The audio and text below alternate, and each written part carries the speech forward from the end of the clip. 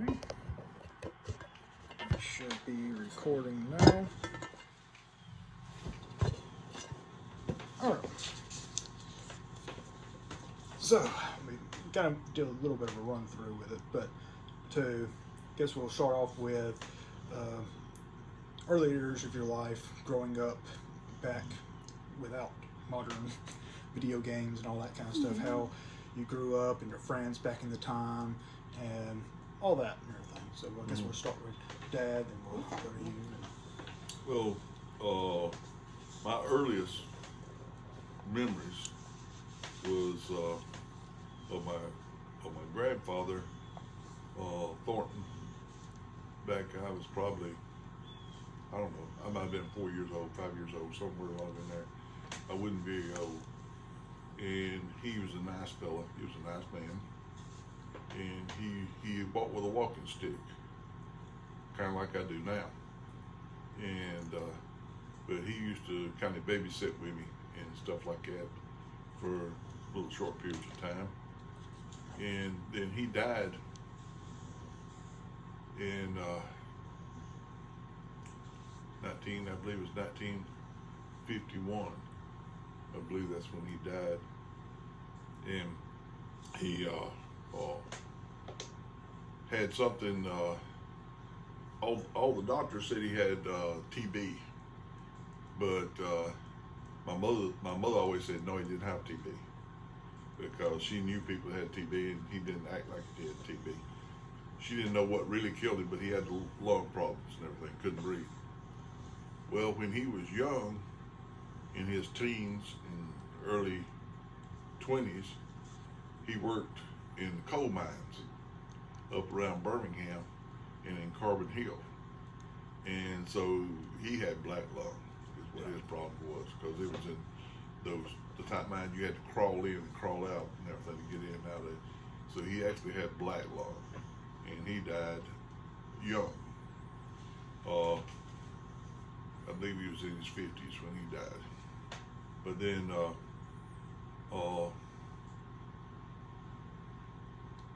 my grandmother,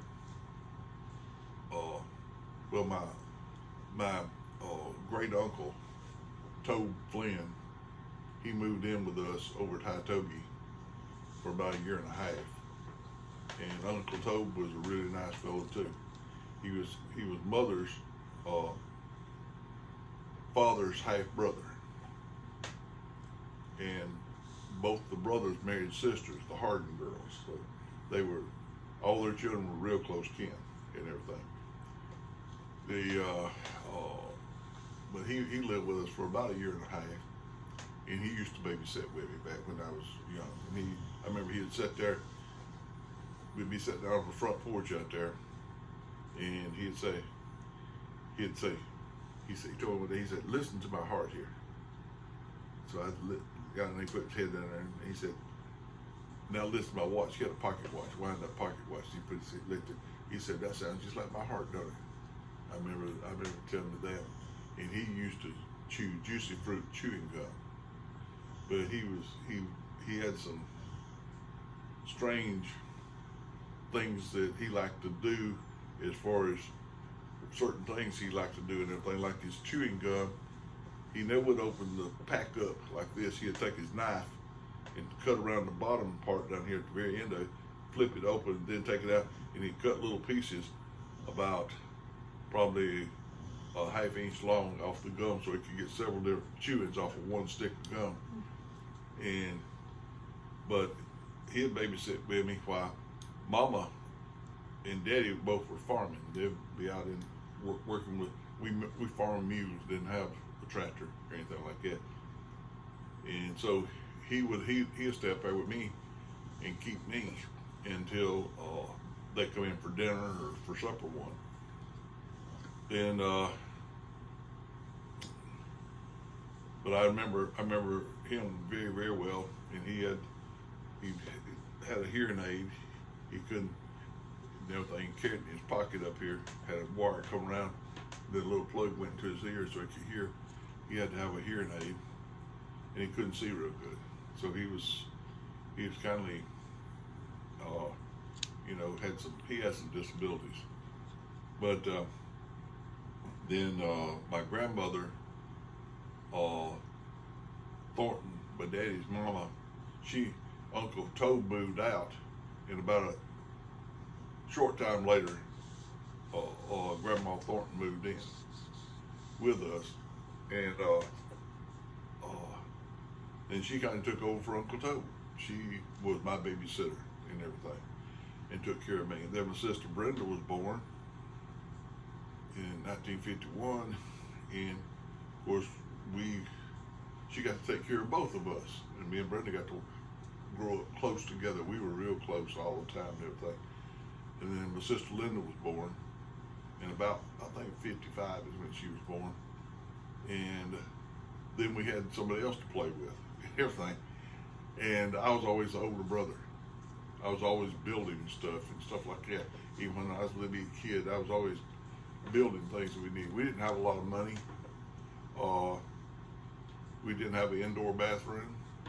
We had an outdoor toilet, and didn't have a pump in the well, so you had to go out and draw water out of the well and bring it in a bucket. And we were that way all the way up until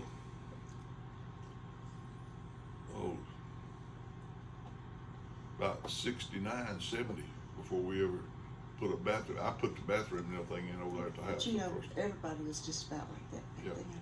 Everybody around here was. That's right. And but my friends, I remember the first day I went to school and everything. There's a little girl in my room, and her name was Judy Montgomery. Oh, she was a pretty little girl.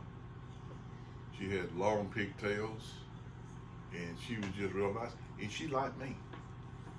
Me and her used to sit. We sat side by side at our table over there, and everything. There's about 6 or 8 people that sat around our table, and we sat side by side. And I remember she one day she brought me a billfold, a man's wallet to school, and I knew it. She gave it to me, and so I didn't want to hurt her feelings, so I brought it home. Mama made me take it back and give it back to her and everything, and she said I couldn't accept presents like that. I did, and she took it back. Her dad was highway patrolman in the county at the time, and but I was with that class, and I had several friends in there at the time. That at the time, but I guess she was my best friend, and we got the third grade. In the third grade, I failed third grade, and then the class I came up next to, and the second time I took it for third grade, I had several folks in there. They were my friends. Jimmy Langley is and he's still my friend. He lives up around Birmingham, but me and him, we were close. He used to come over to the house and spend 2 or 3 nights with me in the summertime and everything. I'd go over to his house and spend night time with him. Even through school times, on weekends, we'd visit each other and everything.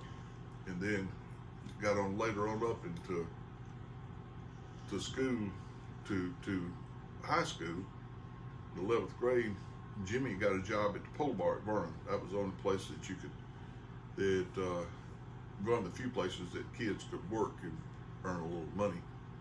And he got a job at the pole bar, and he told me, said, come out to the pole bar this afternoon and I'll give you a milkshake, free milkshake. So I went out there, and he fixed me a vanilla milkshake, and I sat out there at a patio area. They had that like a picnic table out there, and I sat there at a picnic table drinking my milkshake, stolen milkshake. And this woman dressed in a white uniform and everything come up to the window at the pole bar. So you walked up to the windows. You didn't go in, no inside seating. You just got your stuff to go. And she come up the window and she said, "Are you Carl Thornton?" And I said, yes, ma'am. I'd never seen her before. She said, are you Jimmy Langley's friend? And I said, yes, I am. She said, and I thought sure she was caught us with that stolen milkshake. So I didn't know what to do. So I said, yes, ma'am. She said, do you want a job? So I didn't know what to say, all besides, yes, ma'am, I do.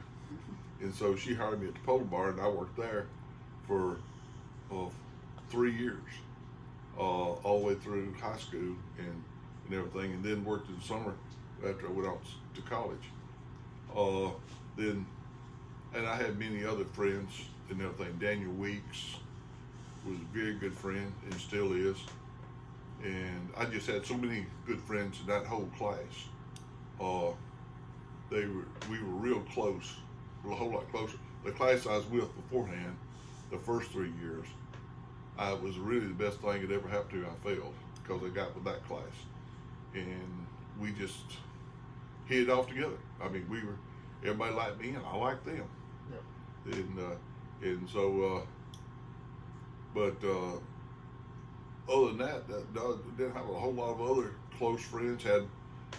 There's a couple of boys that lived down at High Togie that was the sons of Bonnie Chandler, British Chandler's brother, and they used to come down. They'd walk down there to the house. They're a little bit older than me, and they'd walk down to the house, which was about a mile away, down Highway 17, and we'd play sometime in the summer and stuff like that. But just that's about the only ones that I could think of right now that really stand out. That I spent a lot of time with Jimmy Langley, especially. It's still a great friend. Yeah. Now when you were talking about school and everything, you failed the grade and everything. Yeah. Was that? I remember you saying something about a teacher that was real. Yeah, that was Miss Beatrice Brock. Is that the? Yeah, she was a strange lady. Yeah. And everything. She would, you had different tables to sit at, everything. You had a table here that had maybe 6 or 8 people around it, and a table here, and a table here at the back. Well, she assigned us what table to sit at. So I sat at the back table. Me and about 6 people that sat around there with me, we never got to go to reading class. We never did get to do anything like the other kids did. She'd give us mimeographed pieces of paper you could color. There was something to color. We'd sit there and color all day long, basically. But we didn't take part the rest of the time. The other kids took part. They'd go up to reading circle and all that other kind of thing. Now I never did get a chance to do that. I remember she used to leave out of the room and she'd go over to take a break at the teacher's lounge, and she'd stay gone for a long period of time. And we had a group of people in that class. They were just rowdy and boys, and they would take the room over and running over the tables and throwing stuff and everything. And I tried to hide back there to keep from having any problems with them. But every once in a while you would, they'd come back and want to pick on you and everything. And I know when Miss Brock would come back to the class, all the people, they put a lookout back there, and when they see her coming, everybody get back in their seats. Well, she'd come in, and a lot of times the paper and everything that they've been throwing around, they'd throw it all back around our table. So we'd get blamed for all kind of stuff. And she kind of picked on me a lot of times. She picked on a lot of the others. It was me and Marsha Wayne Reeves got the brunt of the whole thing. Me and who I reckon she thought was the troublemakers. And really Marsha Wayne, nobody at that table done anything bad. I mean, it was the other kids in the class, the boys in there. And I remember poor old Marsha Wayne Reeves, she left out, went over. It's in the wintertime. It snowed, and she went over to the school, to the teacher's lounge, and during that period of time, some of the boys, the rowdier boys, got a hold of Marshall Wayne and pulled his clothes off, his pants and shirt off. He was wearing like long underwear, which a lot of kids back then used to wear them things. And they throwed him outside in the snow and locked the door. And poor Marshall Wayne would come around the windows trying to hold it. Windows would fog up. He was trying to look in, wanting to get back into the classroom. It's cold out there. He was barefooted. And she come back around and she saw Marshall Wayne out there, and she said, I remember she drug him in there and blamed him going out there playing around in the snow in his underwear, and that he, you know, he should know better than that. Well, she ended up having to take him home and to get changed clothes and everything. And he lived out in the country over close to Walford Cemetery. And his mama oughta whooped her butt. Well, they didn't. They just poor country folks over there. I mean, they didn't know. They had no earthly idea. I didn't even know this at home when we carried him home and everything. But anyway, she stayed gone for a good long time, and they were just worse after she was gone. I mean, all hell broke loose again. And I remember, and there were several different times like that. She was always picking on people. Like first of the year, you used to have to pay for school fees every year. And everything, everybody's supposed to pay fees. I think it's like 50 cents or $1 or something like that on the whole bunch. A lot of people didn't have 50 cents a dollar. And they had they put your name up on the board, the kid's name, if you didn't pay your school fees. And every morning she'd go up there and say, well, my school fees were paid.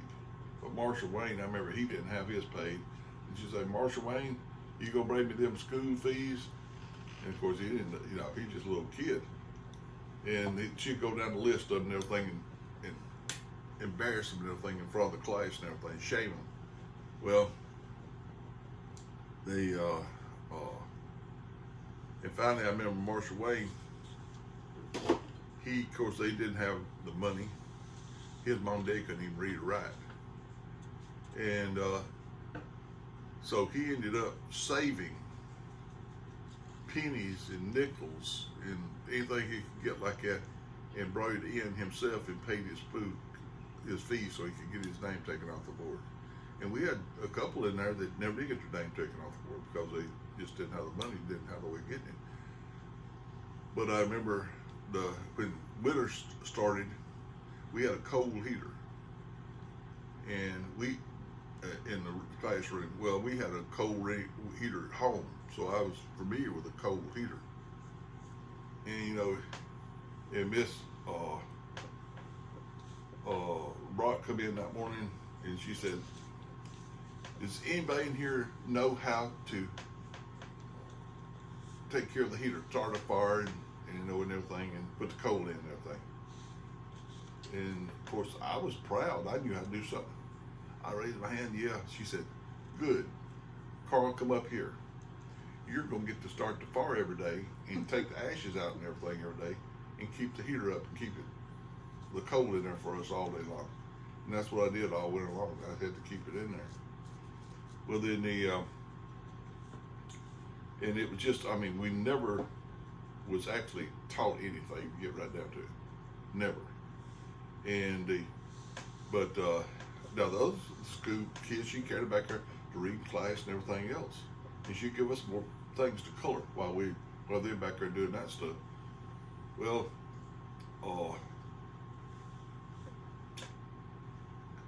went on to this, it's time to, you know, you're going to be passed on to another grade. And we were going to lunch and everything. And she said, "Carl, wait here just a minute." It was about the last day in class. And so I stopped. She said, "Carl, you know, you're not going to pass this class. You're going to be held over, and you're going to take third grade over again." I didn't know, you know. And she said, it's because you do not have the ability to learn. You just do not have the ability to learn. So she failed me. And I caught up with the other class in Odom School fine. I mean, I didn't have any problems from that time on. With my other teachers, she was just the only one.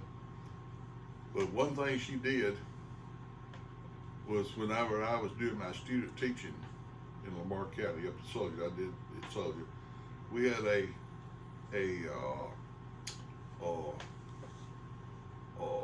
teachers meeting, and after the teachers meeting, of course, I talked to a lot of the different people. I was introduced as doing my student teaching up at Sullivan and everything, that I graduated from Lamar County High School, and so after the program and everything was over, they had refreshments. So when I was standing around back there drinking a Coke or something like that, a cup of Coke and talking to some of the other teachers and everything. Well, here come Miss Brock. I saw her, and I'd intentionally avoided her and everything, because me and her just didn't get along. So here she come, and she come up there. She had an old lady with her, school teacher, about the same age she was. I didn't know who she was, the old lady school teacher. But anyway, they come up there, and she walked straight up to me, and she said, "Carl, I'd like to introduce you to my friend so-and-so." And I said, "How do you do it?" I shook hands with her. And she said, she told that girl, she said, "You know, I remember Carl, he was in my class, and he was the smartest one in the class." And I wanted to tell her, "Why'd you fail me then? If I was so smart, why did you fail me?" But I did see her husband was a probate judge. He had been one of the probate judges. Okay? He was big in politics. And school teaching jobs, you really don't want to make the probate judge's wife angry at you or anybody associated, because you're not going to get a job. But after the third grade, fourth grade was good. Same people, we were all in the same class. Fifth grade was good all the way through.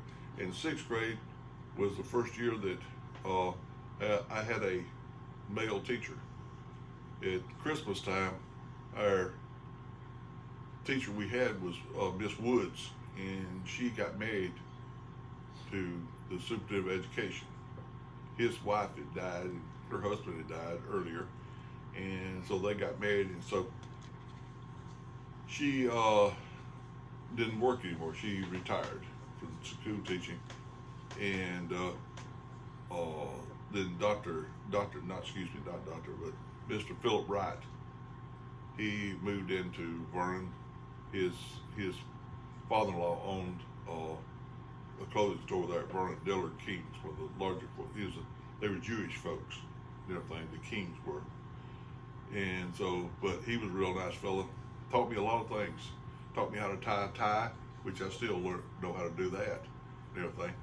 And a lot of other things that probably a lot of the women teachers would never taught me and everything. But had a real good time. We were a real close class, and we still are. Oh. And I guess we'll go to you as well, from your early years and everything, from your friends back in elementary school. Well, I went to Pine Springs School from the first to the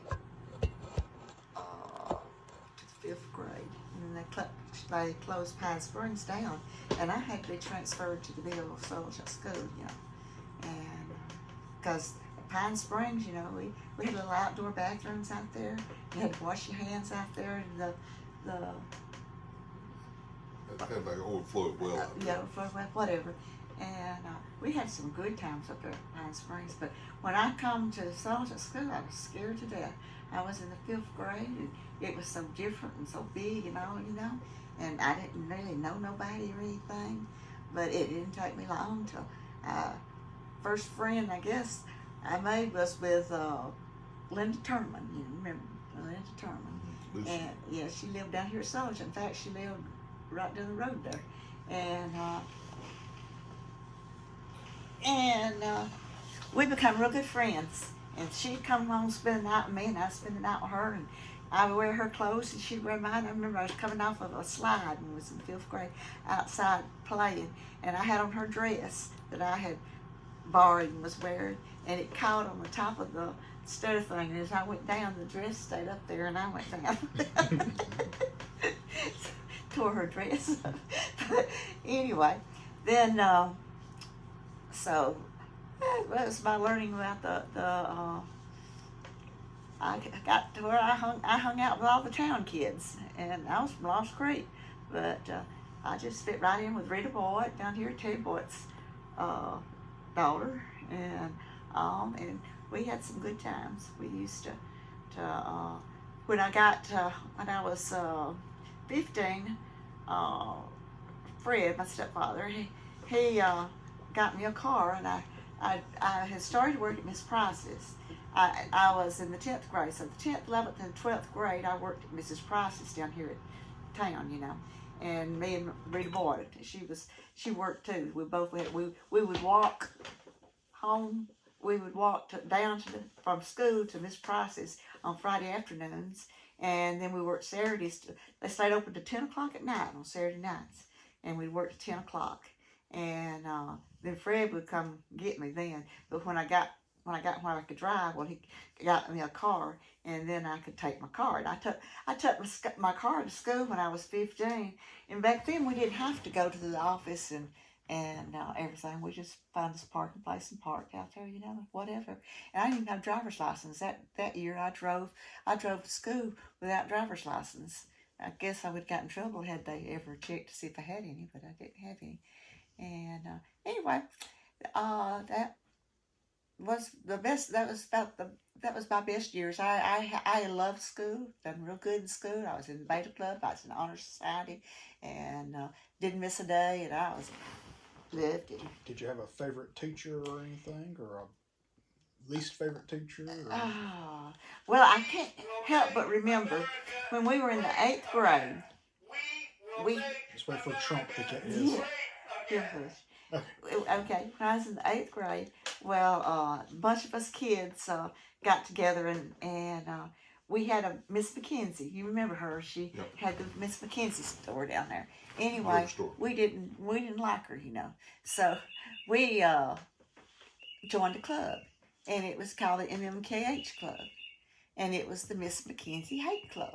Yeah. And we would meet a couple of times, a week or something. We'd all get in. I think I was secretary of it. And anyway, dumb me, I left the roll book and the thing in one of the classrooms. Well, okay, the teacher got it. And well, next thing we knew, here it was over the loudspeaker, our names was called for us to come to the principal's office, And we got in there, well, we were members of the MMKH Club. They wouldn't know what the MMKH Club was. Well, we all got in trouble about that.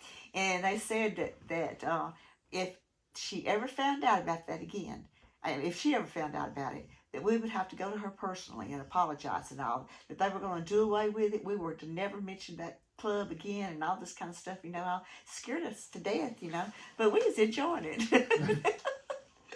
But anyway, that was my MMKH club. They didn't want me for secretary no more. It's just wild that y'all have a hate club, but y'all have a itinerary and a schedule, like a book and everything where you're taking people's names. Oh, I don't know. That was dumb. Cause yeah, that was. Yeah. It's like it's an actual club. Everybody that was in there. Yeah. So what's on the schedule for today's meeting? I don't know. Well, we was real good at having clubs, Oh, yeah. But anyway, that was about it, I guess, until I went to high school. So. How about your earliest memory that you can remember? When I was a little bitty thing? Yeah, any little thing. I can remember when Papa Hawkins, that was my mother's daddy, he lived with us for a while. And I can just barely remember him living there. I remember him sitting out on the porch. And we didn't have any, it's funny how you have such little memories. Yeah, we didn't have a bathroom at that time. And you had to go out in the woods to use the bathroom.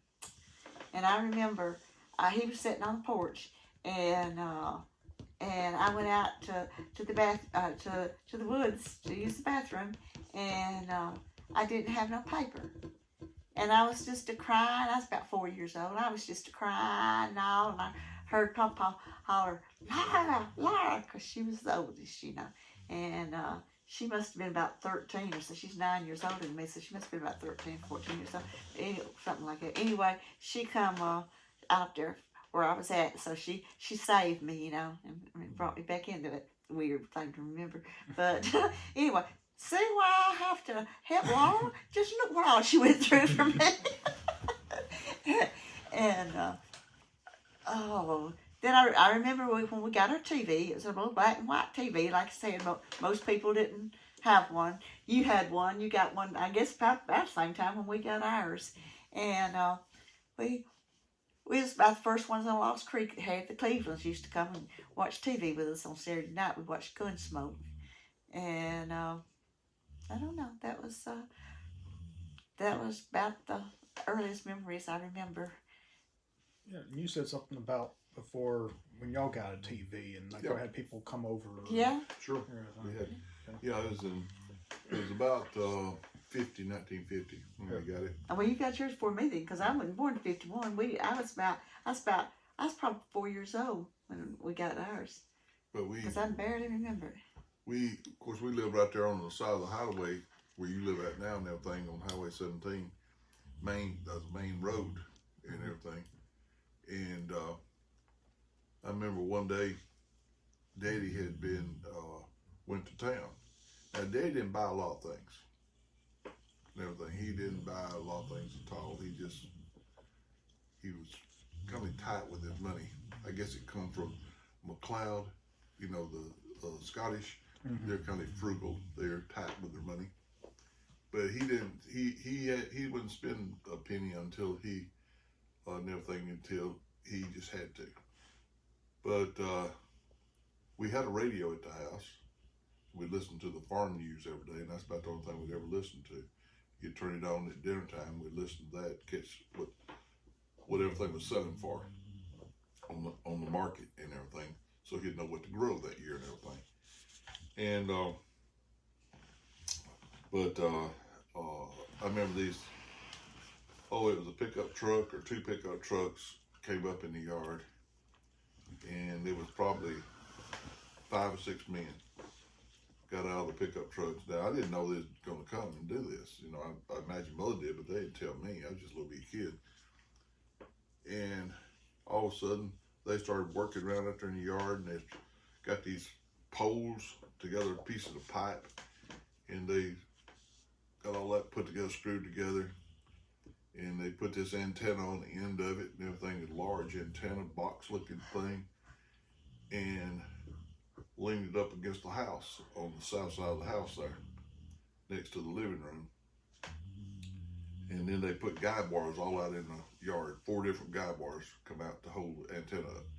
And that thing stuck way on up there in the air, because you had to have a good reception to pick up from Birmingham. Was the only place that had 2 channels in Birmingham, Channel 6 and Channel 13. It was the only 2 channels you could get at the time. Columbus, Mississippi come later, about 6 or 7 years later. But then on the weekends, they would be kin folks, Uncle Earl Reeves and Aunt Aloni, and all their kids that was living at home. They would come on Saturday night, and the fights would come on. That was big. Everybody liked to come and watch the fights, and boxing and everything on TV. And everybody was just interested in the TV. They had never seen one before. So they'd come and watch. We'd start out with a few people coming and watching, and then they'd leave, and they'd invite other people, and then they'd come, and we would have a whole house full of people. Well, it'd be the whole living room was just full of people in there. Every chair we had was and we had 1 bed in the living room where Mom and Dad slept at, and people sitting on the edge of the bed, and we had a couch. They were sitting on the couch and on the arms of the couch, and standing room around the back, even standing out in the hall and everything. And then after a little bit, somebody would either get up to go out to use the bathroom or something like that, and then some of them in the hall would come on in there and take their chairs and everything. There was not that many people there. Kids, I had kids to play with. I don't even know who they were, now and everything. Some of the cousins I knew, but the rest of it, I didn't know who they were. But we played and had a good time. Mother would make coffee and tea, sweet tea, and she'd make cookies and stuff like that. And I mean, we had popcorn and stuff like that. Mother would fix all that up ahead of time because she really loved the company and everything. Everybody got to come in and have a good time. And that old TV, it was a black and white TV, so it was only the head back in. And the reason Daddy went and spent the money on TV and got one is when he was in the Army. He was in California, and he may have seen some TV out there, but only one he ever talked about was one in New York City. They come back in when he come back from overseas when the war was over. They come into New York City, and they would have TVs in the department store windows, and people would stop out there, a station right there in town and everything. People would stop and watch the TVs and everything, stand out there. And you watch some of the old shows on television and everything about Christmas time and stuff like that. Some of the ones right along that and everything was made about that time of the year. You'll see people who stand out there watching TVs in the window. You think that's kind of strange, but apparently they done that. It was something new. So Dad had seen it there, and he wanted one, and so he did. He went and got a TV, and but we had all kind of friends and family and everything that came, and that helped. That stayed like that for about 2 years, or maybe a little bit more. And then more people got their own TV, and then as they filtered on out, and then before long it was just we got down to nobody came because everybody had their own TV. And but I mean, I remember one thing in particular. See, the TV would come on in the morning, like for a news type thing in the morning, early in the morning. Then come on about dinner time for about an hour. And then it went back off the air again until about 5 o'clock in the afternoon. Then it came on the news and other programs. And it went off about 9 or 10 o'clock. And all through the week. On weekends, it stay on till 12 o'clock. And at 12 o'clock, they actually closed, it was cut off. All the TVs were off, the stations went dead. And then, they play the national anthem they do now for that type of thing. Back then they played Dixie. Yep. And everything, which is a Southern national anthem. And, the reason feel like the reason that Daddy bought that TV, one of the reasons, not just because he saw it, but back when he was just a little kid, about my age, back then and everything, his daddy bought a radio. And that's back when radio was in its infancy. Yep. And so people done them the same way. They come over to the house, they had just a house full of people, and people would come over and had a good time and everything. And so Daddy enjoyed doing that, and he liked getting something new like that. And he would always he had that TV. And I would always kept the TV up, kept a new TV, and a new car. We always had a good car, a brand new car, and everything. And he would do that. We kept a car, and a good car. But and we were some of the few around. We were one of the first in Lamar County to have a TV. Yep. And everything, and because there's some people that used to come up just in the daytime. They'd drive up out there. I remember one in particular. They were from down in I believe they said Reform, best I remember now, in Pickens County. And they drove up the yard out there, a strange vehicle, And they got out of the car and come up and knocked on the door. And Daddy was in at the time, and he'd come in like for dinner or something, or it was after dinner and everything. He was there at the house for a while, in the house for a while, and these folks come up. Well, they come to the door, and of course I went out there with Daddy, and they said, we heard you have a TV, and he said we could see your antenna out there, and said, can we come in and watch television? And Daddy told him, said, well, it's not on right now. It's gone off. It won't be on until this afternoon. They said, well, can we just come in and can you turn it on and just let us, see it come on? So they come into the living room, stood there, and Daddy got the TV on, and it was a test pattern that used to come on. Yeah. And it just hum. And those people, I remember them, those people just, they were amazed. Look at that. They could not believe that something would come over the air and you could receive it on a television set. Come a long way, baby. Yeah, and yeah, that was one of the highlights we had, and everything when I was growing up and everything. We had all kind of company and everything. But one thing about them old guy bars, they had to hold the antenna up. You gradually learn where there's at. There's right in the middle of the yard. And when you're riding a bicycle around, a lot of times we'd be out there at night riding the bicycle around when they got older. Well, you'd forget about that guy bar. Well, when it caught you on the deck after the first time and jerked you off the bicycle, you remembered that there was a guy bar there from that time on.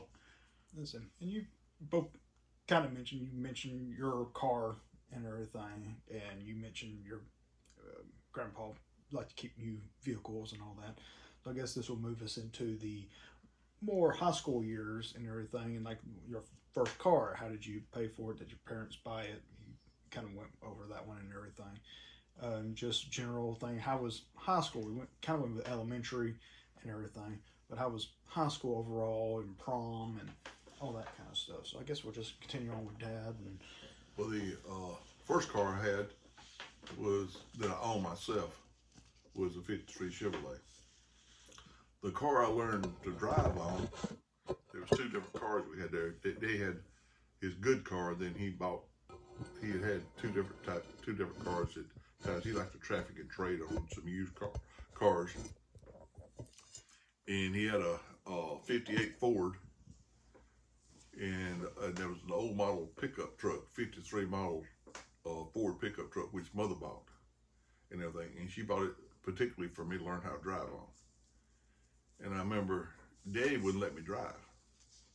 Mama wanted me to drive, but he wouldn't let me drive. So when they'd leave and go someplace, I'd go out there and hotwire that pickup truck. I've learned how to do that. And I could just touch the two wires together and then crank it and everything.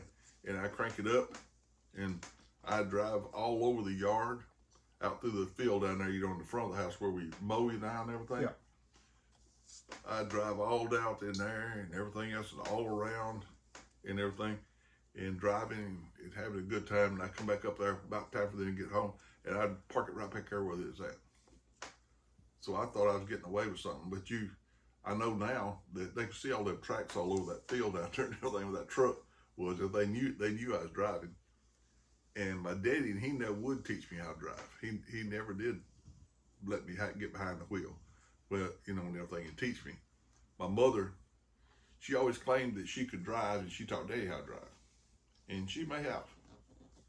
But I doubt it, because she never drove after, I don't remember Mother ever driving.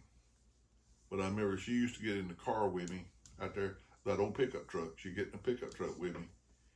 And she'd say, I want you to go over yonder and go on that dirt road, across through there. And we'd go down that dirt road and turn around down there and come back and drive on the dirt road back as far as. We'd do that 2 or 3 times a week. And then in 1960, well, the first car I had was a '53 Chevrolet, and bought it over at Amory, Mississippi. The preacher over there at Oklahoma, Mississippi owned the car. He bought it new, him and his wife. Gave the Chevrolet place over at Amory. Good car, real good car. It looked like a brand new car when I got it. And but I didn't want a 53 Chevrolet. I wanted a 55 Chevrolet or a 57 Chevrolet.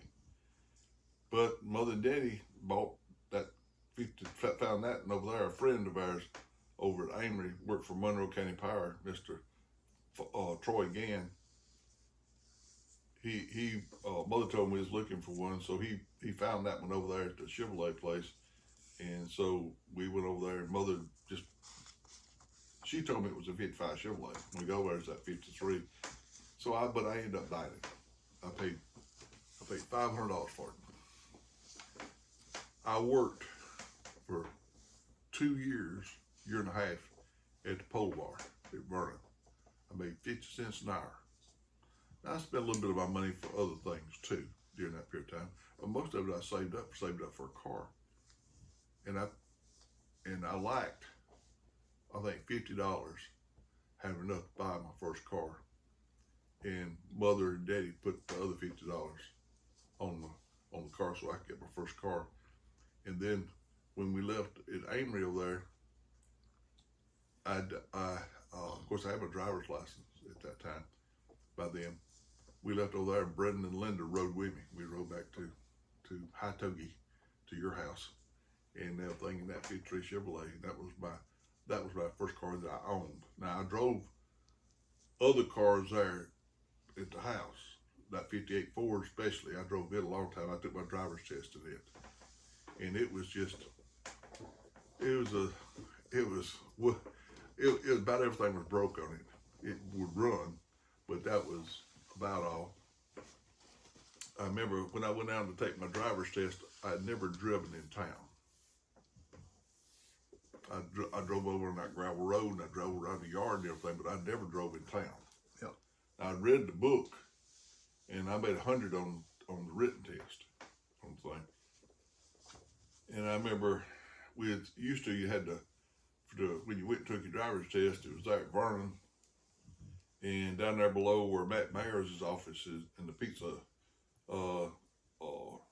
to go or place is at, down through there used to be some big old oak trees, and people used to park down there, and that's where you parked and you waited for the highway patrolman then to come and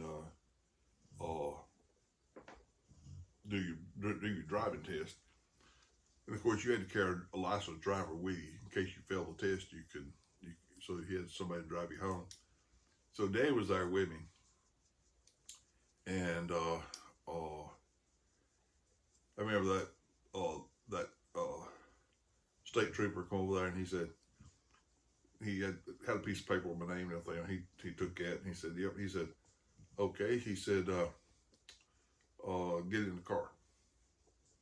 So I got in the car. And he said, "Start the engine." So I started the engine. He said, "I want you to turn on your left signal light or your right signal light, one of the two, and let me check those out and everything." And I said, "Okay." Problem was, I only had signal lights on one side. The other side didn't have any signal lights on it, but it had brake light on that side. But on the other side, it didn't have a brake light. It had signal lights, so it didn't have brake light. So, in the signal lights, when you had to manually click, click, click, click, click them. Well, and I thought, I know, nobody told me that it was going to do that. And so he got back there at the back, and it was in warmer weather, and I had the window rolled down so I could listen to him. He said, "Put on your right signal." So I took that thing where the signal was good on it. Okay, he said, "Okay, put on your left signal." So I just did my brake. Yeah. And everything, so it looked like a signal. He said, "Okay." He said, "Put on your brakes." So I just put the signal light on one side and I put the brake, so I had brake lights on both sides. He passed that along and everything. And so when he come back up there to get in the car, now I'm already nervous. He come over and get in the car. That old 58 Ford, the seat was bare, had a spring sticking out of it on that side. He caught his shirt and ripped his shirt. And he was mad. You could tell it just aggravated the devil out of him. He said, "Okay, let's go."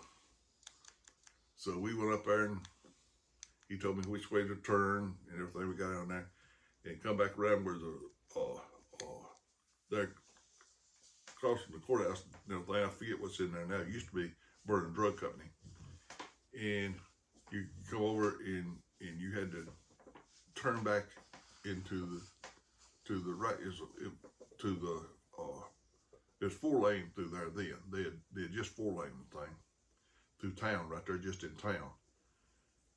Of course, you're supposed to pull out and come into the outside lane when you turn right. Well, there's some cars parked there. They had parallel parking on the side of it. Well, when I turned out and I come back in, I pulled out into the inside lane. He said, you're supposed to go into the right-hand lane, pull in there like that. I said, well, I can't. There's cars parked there. He said, yeah. He said, well, go on. Got down there and he wanted me to, we'd go up there and he wanted me to turn right and go up this hill. This is where Mr. Sam Rickman lived, is where we was going, up there at the top of the hill. And with no curb or nothing there. It just, it's a blacktop road, little street there. And he said, I want you to pull over and like you were going to leave it.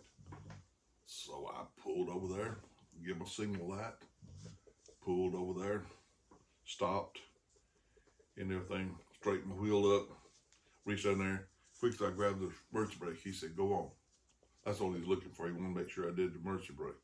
But then he said, go up here. The stop sign was about, I don't know, far into that table in yonder. Wasn't very far up there. He said, pull out and I want you to go right. Okay. So I give him a signal, looked to make sure nothing was coming, pulled out, then turned right and everything, and then give him a signal and turn right and all this kind of stuff. Went on down through there. And I was using my gas, I was using, of course, my right foot. But for the brakes, I was using my left foot on the brake. And you're not supposed to do that. You're supposed to change over, and everything. And so started to stop down there. There's a stop sign above the Oval Health Department up there coming down the hill. And he had to stop. Well, I stopped and he asked me, well, why do you use your left foot? And I had hurt my right ankle, football practice. And I told him, I said, I hurt my ankle in football practice. And he said, okay, go down there. So he only gave me one demerit, was that turn. I went out in there and wrong. Yep. And so I had to walk over and get my license in. I had a learner's permit, but I went over and got my license and was able to drive home then. Of course, I couldn't drive home. Dad drive with me because he wouldn't ride. He never wouldn't ride with me. And for some reason or another. And the only time that he ever rode with me, the first time he ever rode with me, was in 1960. We went up to Silver Lake, Wisconsin. I had a first cousin that got killed. Got killed up there in a motorcycle wreck, A.J. Flynn. And when we were coming back, of course, there wasn't no interstates and everything like that back here. All those small roads. And it was raining real bad and everything. And Daddy had cataracts real bad in his eyes. He got burnt with gunpowder when he was in the military and everything. A shell exploded in his rifle and blew that hot gas and everything back into his face. And he ended up with cataracts on his eyes, which he had taken off later on in life. But his eyes were burning him. He could hardly see. And Mom told him, we stopped down there at the station, and that's when I learned you could take a Coca-Cola and pour it on your window if it was smudging over, and it would clear it up and everything, get all the film and everything off of it. And so, but Daddy's eyes, he just couldn't hardly see it. And we had that 60 Ford, a green car sitting down there at the shop. And my mama said, why don't you let Carl drive? And he didn't want to. So he got behind, he was still behind the wheel. So he started to go out the road and he stopped. I reckon his eyes was burning, hurting so bad. He said, okay. And I got behind the wheel and I drove, and then he started to ride with me. Okay, I didn't have no problem after that. But I drove all the way home, all the way from, it was over close to Tupelo. And I drove all the way home. That's the longest I'd ever drove on the paved road. Yep. And everything. And, but after that, I had that, my first car was a 53 Chevrolet. Had it all the way up till I was in college, and I wrecked it when I was at college and tore it up. And then I bought another 53 Chevrolet, which I still got it over there. Right below your house down there. And that was my next car. And I bought some used cars, some other used cars that are in between, but they were just stuff that needed to be worked on. I used to have to fix my own cars. I used to work on everything on it, and fix it up. And so first new car I ever had was 1975 Grand Prix. Pretty car, beautiful car. Yep. Nicest car that was on the road at that time. And boy, hit me head on in it just before Christmas and totaled my car out. And then the next car I got, I went and ordered a new 1976 Grand Prix. Same color and everything as the one I had. Yep. Just a little bit different than the grill and everything.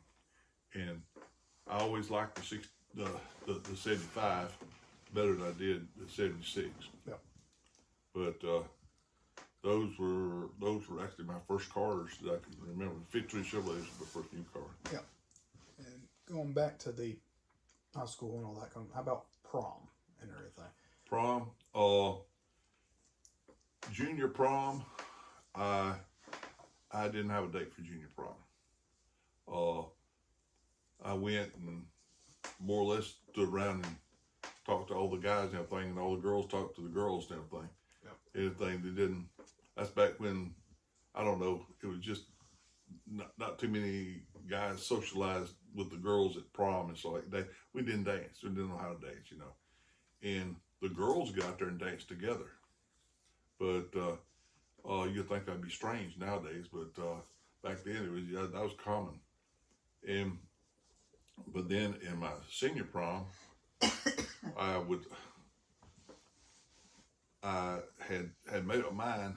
I wanted to go out with this little girl, that real pretty little girl in our senior class and everything, Carol Napper. And so I finally got up courage to go over and ask Carol, because she was really pretty and I didn't want her to turn me down. And so I was making my way over to ask her to go to prom with me. And just before I got there, this girl, Glenda Cantrell, which worked with me at Pole Bar also and everything when I was working out there, she came over and she said, "Carl, you got a date for prom?" I said, "No." She said, "Good, you can take me." See, she had a steady boyfriend from up in Sullivan. And she wanted to go to prom, but she didn't want to go by herself. And he had already talked, he knew me from the Polo Bar and everything, knew me, and he said, "Well, get Carl to take you to prom." Back then, they weren't allowed to bring anybody from another school either. No, he was the prom with you. He was from Sullivan, and see, Vernon and Sullivan were big rivals in football and sports, and they wouldn't allow anybody from another school. You couldn't come to prom. We had people who were married. We had a girl that was married to a boy up in Sullivan up here, one of the Myers was up here in Sullivan, Patsy Glasgow, and they wouldn't even let her bring her husband to prom. Yeah. So she didn't go to prom. But they were that strict about it. But but prom was nice. Of course I enjoyed both of them. And I associated with several of my friends, girls, some of them I dated later on. But just that was at the time I really didn't date until I got into the 12th grade anyhow. The 11th grade had a lot of friends, girl friends. We'd meet at different places and everything. A lot of times at the Pole Bar when I wasn't working with them, we'd meet out there and everything. Everybody have a big time and everything. But as far as just actually having a date, I didn't. you know, I didn't do that till after I got started into the 12th grade. Yeah, that was going to be one of my questions too. I guess we can go ahead and go there. But do you remember your first ever actual date? Yeah. Everything when you went out and all Yeah, that. sure. And everything. Pretty little old girl and everything, and she wasn't in my class. She was in a class lower than me and everything, below me and everything, and we had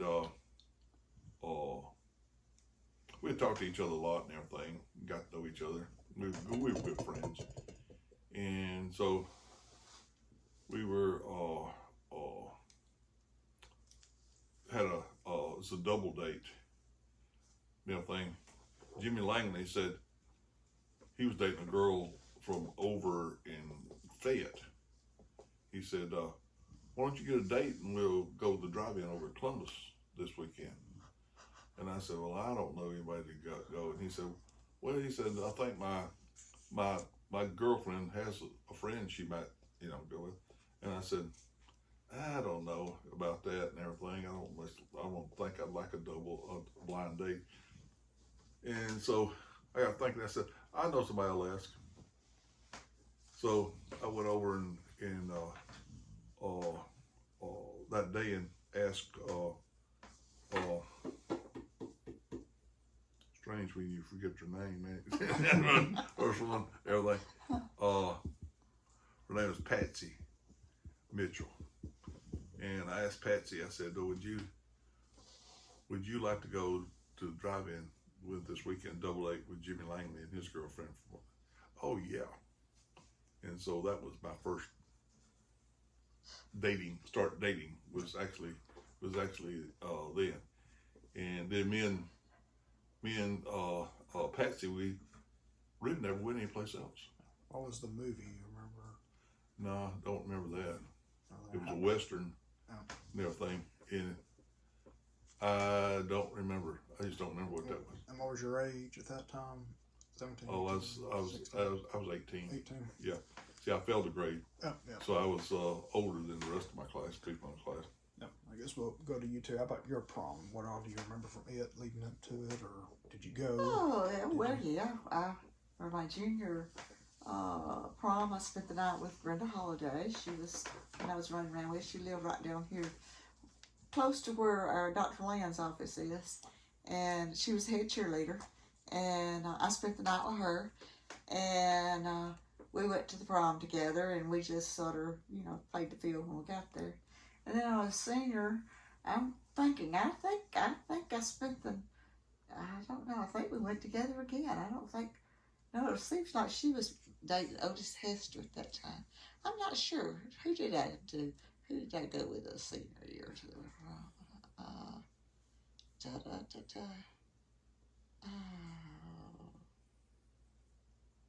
I'm just not sure. If you can't remember, how about your first date? First date I ever had was with Craig Stevenson, and I went to the Church of Christ at Detroit, and back then I was a faithful Church of Christ. I went every Sunday to Sunday school and church, and Sunday night and Wednesday night, and he went too. And he was about a year or so older than me, and he always sat with me. He'd come in at church. He was from Smithville. He went to school at Smithville, and he'd come in and he'd sit with me at church, and we'd go to Sunday school together. And we'd have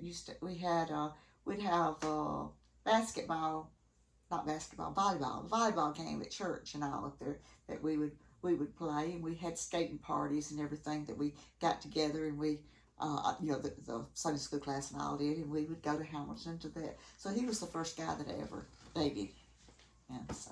Okay. Yeah, because it kind of goes with it. But how about your first love? My first love. Just first date doesn't always mean it, but someone that you first got serious with and everything.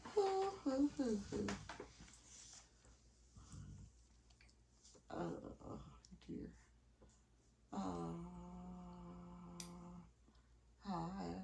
So now you end up getting married. So you had at least one person there that you. Yeah, I guess you could. He was. I started dating him in my senior year, and that was Nikki's daddy, and he was kind of a rough character. He had a 1969 Chevelle, and you know, it was a hot rod, what do you want to call it? And anyway, he liked to outrun the law, and the law kind of liked to chase him, and he, I don't know, my stepfather didn't like him, and he forbidden me to go with him, and I guess that was one of the reasons I liked to go with him, was because I was told I couldn't go. Yeah. Anyway, so I went anyway. I went with him 2 or 3 times, but I didn't, you know, really. We double dated a lot now, but I didn't really go with him until my stepfather.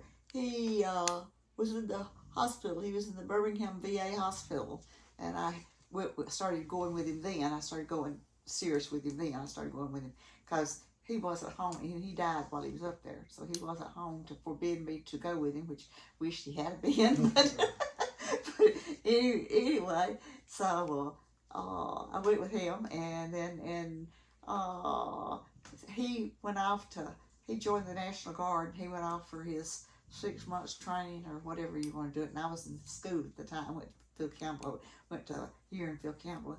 And so when he got back from being off his guard thing or whatever,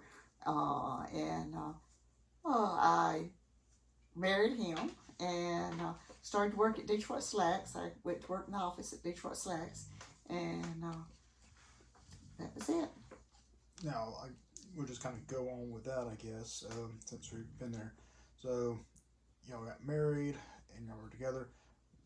What ended up happening where you got the divorce? He started running around while I was where he started running around with we built a big house over there at Nightville, as they called it, but anyway, and got moved in. Everything was going lovely, and he started running around with these young guys. That was like Alan and Vernon anyway, and they were doing marijuana and stuff like that, you know, and hanging out with them and all. And well, that was after Nikki was born. Now, for the first 7 years, you know, it was fine. We went to church and everything, and then after Nikki was born, well, I guess, you know, he was kind of bad, you know, young, and of course wasn't young, he's 28, yeah. But he was all of a sudden settled with the kids, you know, yeah. And couldn't run. And so anyway, he started hanging around them, and one thing led to another, and the next thing you know, well, we split. So, and I left him and come to Vernon, met Carl. Mm-hmm. Actually, I met you before come to Vernon. You was a. We'll get into the y'all meeting and everything here in the future, okay. But we'll. Yeah. Okay. That's good for that. But how about you for your, I guess, first love or some serious relationship and everything before? Well, he was engaged. Knew he was engaged. I dated after I got in college. I dated several girls and everything. Oh. We had different functions we'd go to, you know, and everything. Parties, the fraternity I belonged to, Phi Mu Alpha Symphonia. We were a music fraternity, and we would have a formal every year. So we'd have, you know, a date for that and stuff like that. But I dated other girls too down there and everything. Yeah, the reason I first started dating was when I was in college and everything. And but I don't know, dated a girl over in Eutaw, Alabama and everything. Her name was Emily Cooper, and I really liked Emily. She was a real nice girl, real pretty girl. And I only dated pretty girls. I didn't date anybody that wasn't pretty. And I remember I was out of school for a year. I stayed out and worked for a year, and had a wreck on campus down there in college. Mm-hmm. With my car, tore up my '53 Chevrolet. The school didn't like it because I had a wreck on campus, and they told me I couldn't drive on campus anymore. Yep. So I couldn't have a car on campus anymore.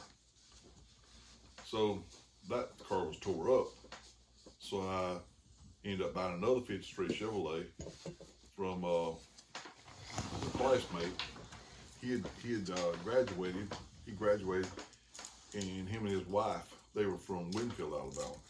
Him and his wife had a 53 Chevrolet, which was his father's car. His father bought new, and he drove it while he was in school. Well, I worked on the car, put brakes on it and brake pads and all this other kind of stuff. Worked on the engine on it, a lot of things. Good car. And he called me up one day and said, you want to buy this car? And I said, yeah. So he sold it to me for $300. So I bought that car for $300, that 53 for $300, and still got it. And it's exactly like the first car I had. Also, that was a green car, and the one the first one I got was black, solid black car. And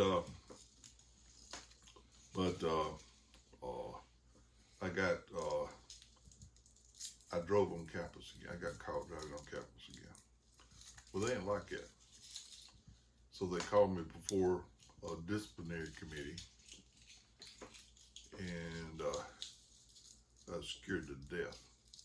Because Vietnam was going strong and everything. You got kicked out of school.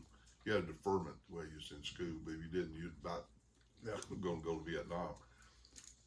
So they said, told me I was going to be out of school for a year.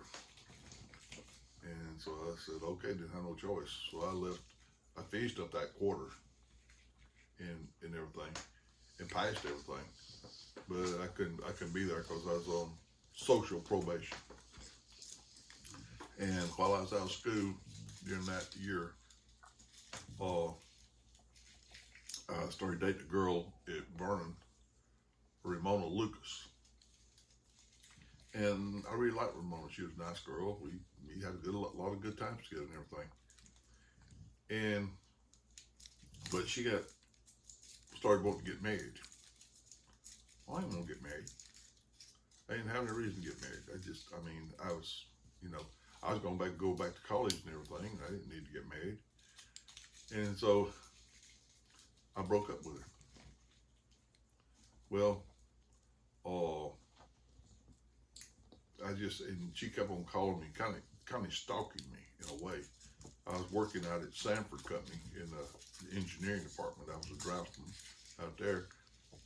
And she would drive by. She was leaving notes on my car and all kinds of stuff like that and everything, calling me and everything.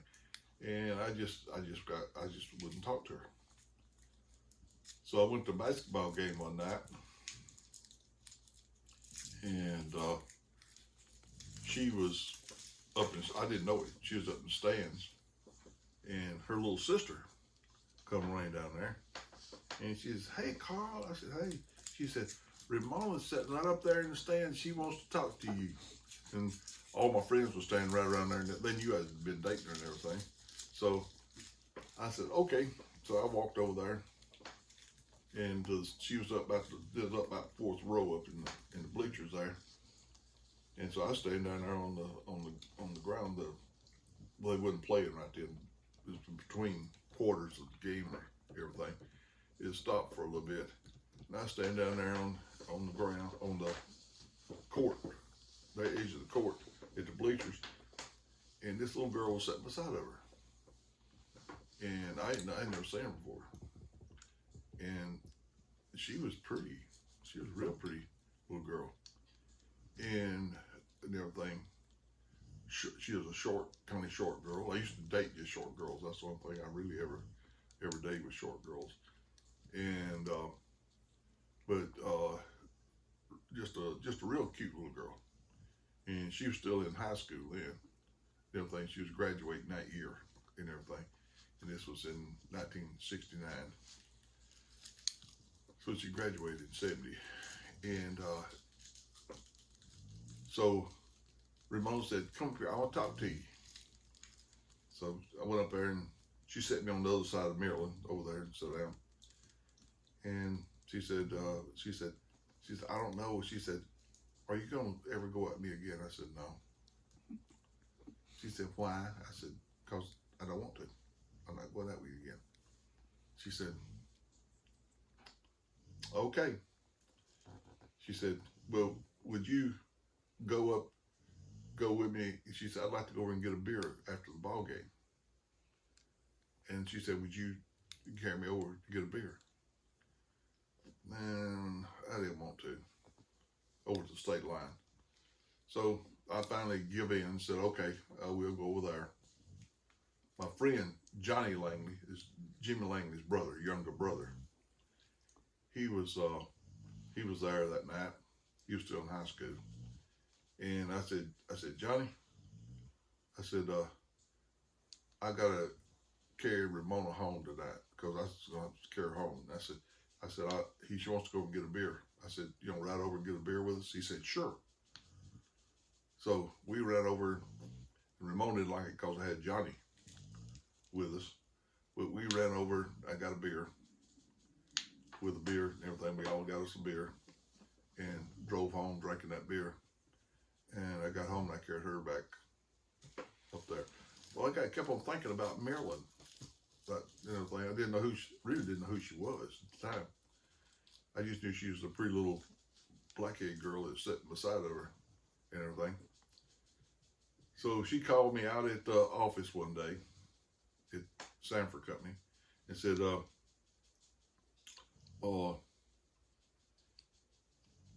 I just want to know why you won't go out with me. I want to go out with you. I said, look, I just don't want to go out with you. I said, who was that little girl that was sitting beside you? And she said, that's my friend, my best friend, Marilyn White. I said, I'd like to go out with her. And she said, oh, you can tell she was mad. And I told her the truth. And she said, well, I ain't gonna let you go out with her because I'll tell her that, you know, that I ain't giving you her permission to go out with you. I said, well, I'll probably get to see her anyhow, but I said, I wish you would just tell her. I said, because I'm not going out with you anymore. But anyway, I was out at work there at Sanford Company, and I had ordered a tape player. That's back when the 8-track tape players were real big. You know, cars didn't come with tape players, so you had to put them in. They were very expensive, and I was at the Polo Bar, and a fellow that used to work the Polo Bar and sell us, you know, food and everything, a wholesale person. And I'd ordered firecrackers from him and all kind of things. I mean, they dealt with all kind of things. Mississippi Wholesale Company. And he had said something about asking about a tape player, and he said, yeah, we sell them. And he told me what the price was, and I could get it for, I think it was like, seemed like it was $30 for it. And at Wilco over at Columbus, the cheapest one they had over there was over $100. So it's a whole lot cheaper. So I ordered one. And it had just, it had come in that day. And I picked it up. Miss Ursher had called me at Sanford Company out there and told me that the man had left my package there for me. So I went out there and got it and everything while I was out for dinner. Brought it back in. I was looking at my tape player. The other guys in the drafting department, there were no women that worked in there. There's 5 of us that worked in the drafting department, all looking at the tape player because they wanted one too. Nobody had a tape player. And so, and the fellow that worked in there in the draft department with us, he was another draftsman, Robert Rector. He said, I want to buy you a tape player for me. So I could sold it to him and made a profit. Because they didn't even have them at Woolco, which Woolco was like Walmart is over in Columbus.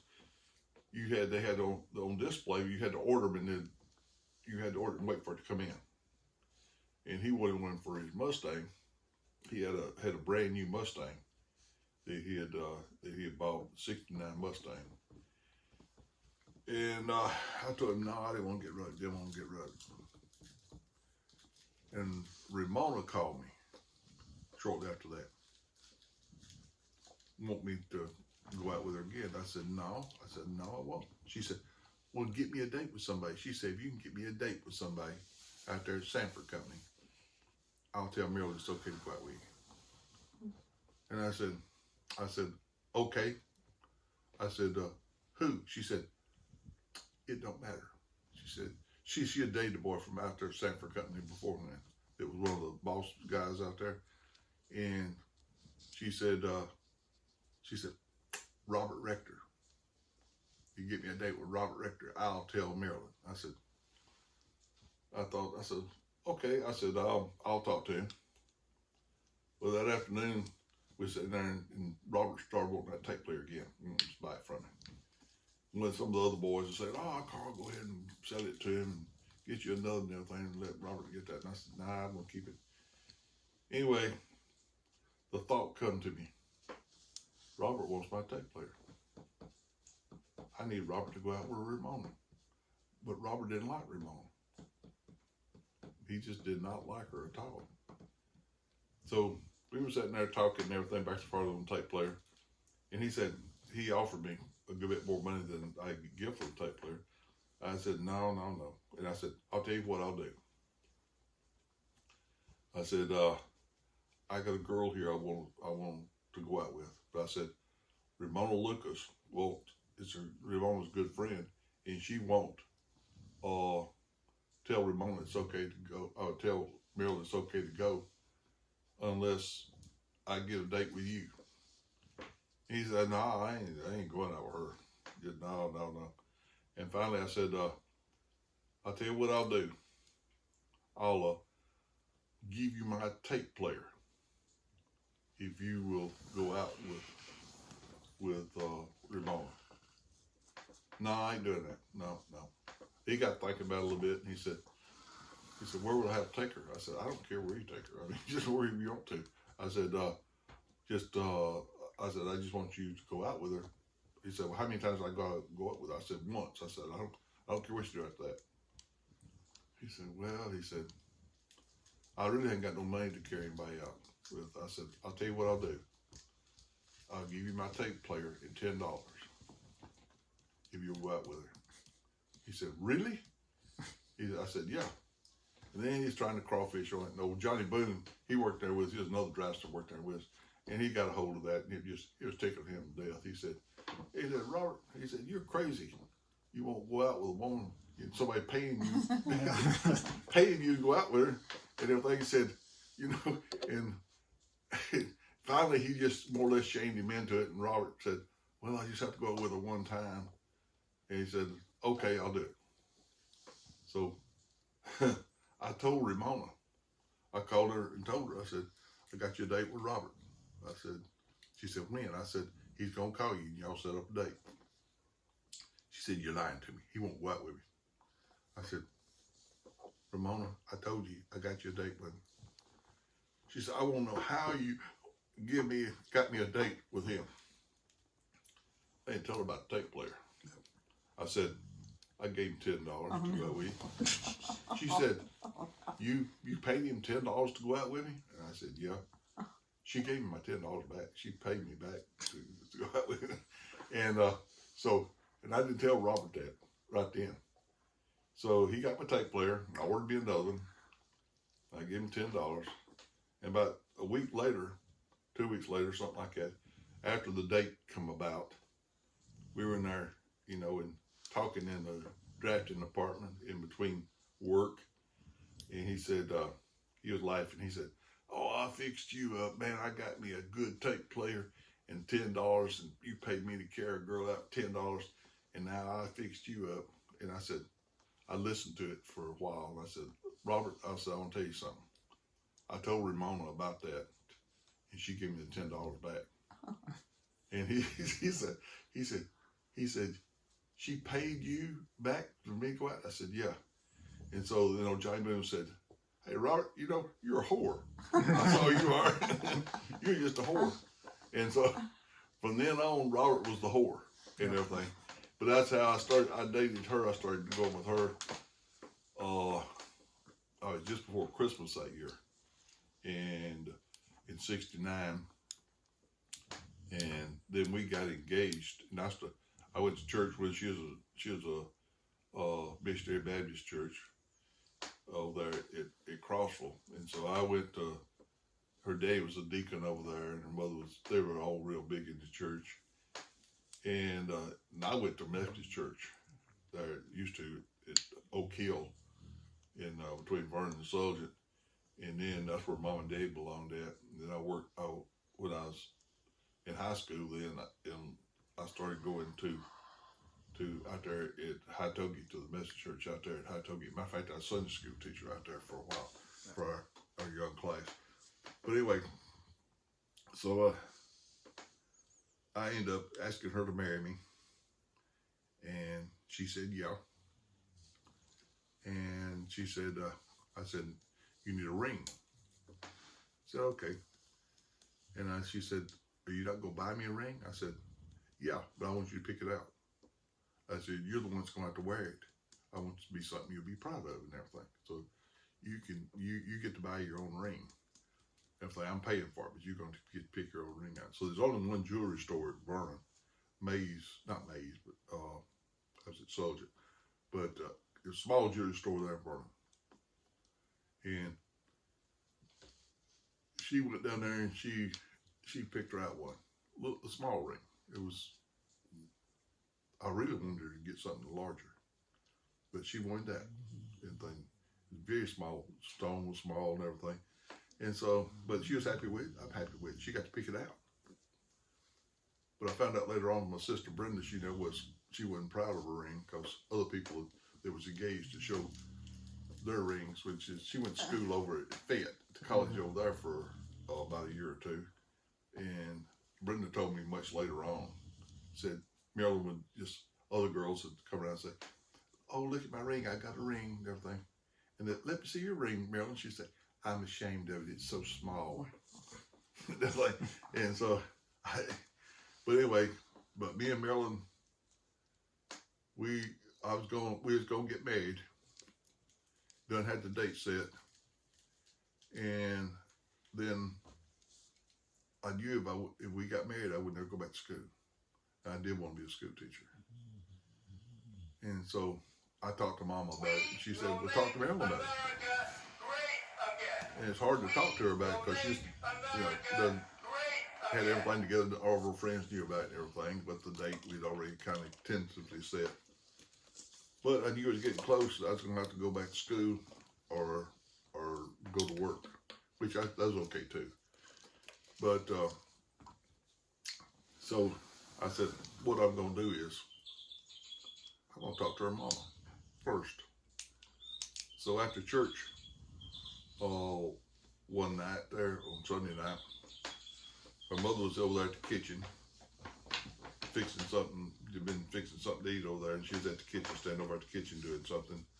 And I walked up to her and I said, Miss White? And she said, yeah, Carl.